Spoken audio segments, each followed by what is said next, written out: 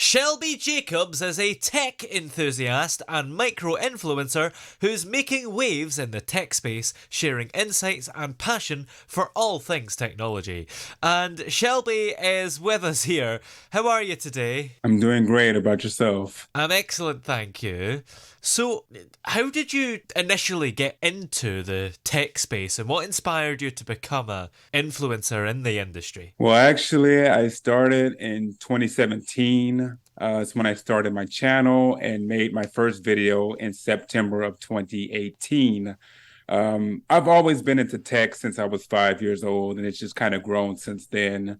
It's been very interesting going to different events, talking about tech, getting people interested in the tech community, trying to Yeah. build a community around that.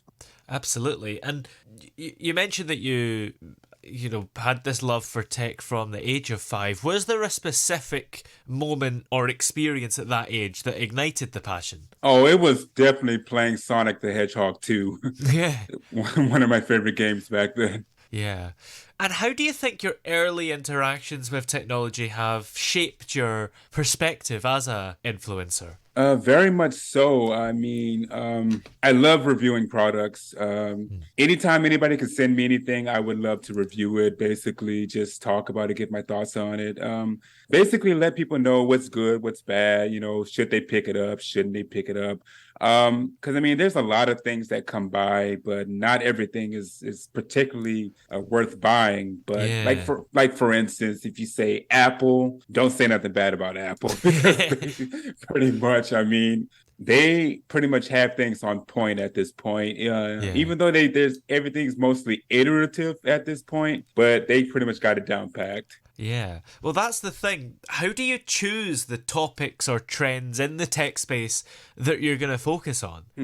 Based off the people and their reaction. In our industry, we have what we call, well, basically it's our analytics that tells us what people are into and what they're not into. So it gives us a pretty good idea of what people want to see. Yeah. And what is your kind of content creation process? Basically, I start with a blank canvas. Basically, Yeah. I have an idea of what I want to do. I kind of chart it out a little bit. It's mostly improv for me because I kind of have an acting background a little bit. So I Yeah. kind of use improv as well. I don't use a script or anything when I do my videos. I kind of keep myself loose and fun and entertaining as I possibly can, just basically be myself on camera. And I try to translate that in my editing style as well. Yeah. And how do you decide on the format and style of your content?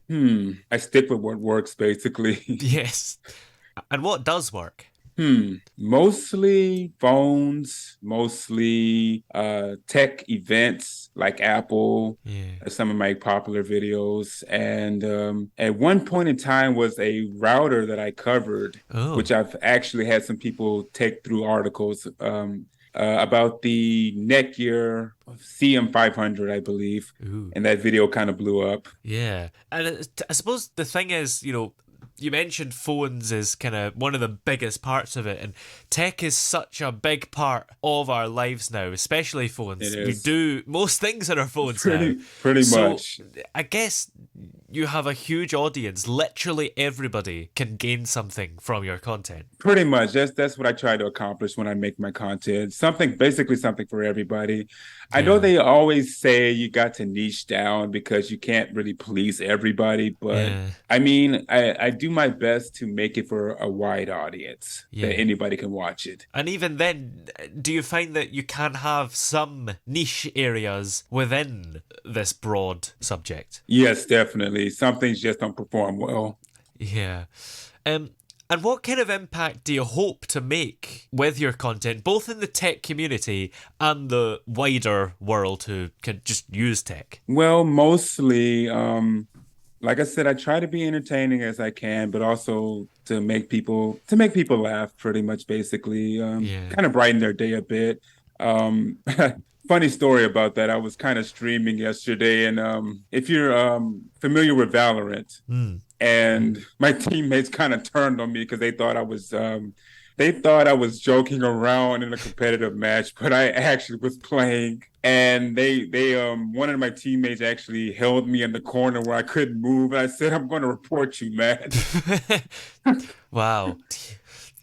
And you are much more deeply immersed in the tech world than the average person, it would probably be fair to say. So, Oh, what are definitely. some exciting trends or innovations that you find particularly fascinating at the moment? Well, it's kind of hard to say because a lot of things are pretty iterative now. But Yeah. I would definitely say PCs. Mm. PCs are very customizable. And I built my first PC in 2018 with an Intel Core i5 CPU in it and RX 470, which actually I had to use again because my 6500 XT went out. Ooh.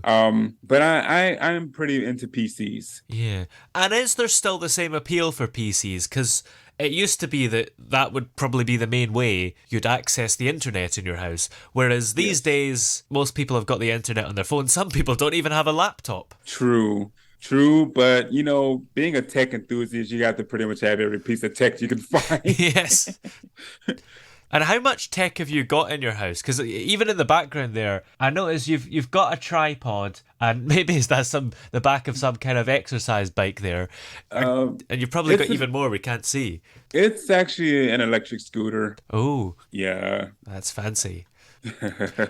And how do you stay updated on all the latest trends in the tech industry? Because there's probably a lot to take in. There definitely is. Definitely stay up on the news.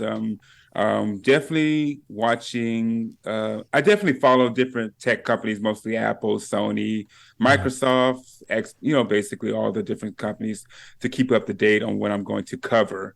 That's basically my job is to cover these events. Yeah. And what advice would you have for somebody who is looking to become an influencer in the tech space like you? Well, first things first, know what you're going to do, find your niche, Yeah. whether it's in tech, whether it's in fashion, whether it's in beauty, or anything that you're passionate about. Make sure you know exactly what you're going to do. You may not know in the beginning everything, but you got to start somewhere. And once you find something that's catching on, that's what you mostly go with. So, for instance, if you're doing tech and you notice it's not doing well, and you notice you're doing fashion and that's doing better, you kind of make a pivot. Yeah. So you kind of pivot your way through it. Basically, you have to adapt. And that's how most creators get a lot bigger because they learn to adapt over time. Yeah. And what are your future goals as a tech micro influencer? Are there any specific milestones or projects that you're excited about? As far as projects goes, I'm really getting ready to go to school for gaming, esports, and business. So Ooh. I'm going for my bachelor's degree. So that's Ooh. definitely a goal for mine right now. Yeah, that's exciting. And in the more short term, are there any particular videos and influencer things that you're working on at the moment that'll be out shortly? I'll keep it a secret. Ooh, good. Right. Well, as long as there is stuff that you're working on, that's all we need to know. Well, where are we able to find all your work everywhere and keep up to date with you? Well, definitely on YouTube, that's Shelbo99. Instagram, Shelbo55. Twitch is Shelbo55 as well. I'm also on LinkedIn as my name, just Yeah. Shelby Jacobs as well. Excellent. Well, many thanks for talking to us today. It's been great to have you on the show. Great to be here.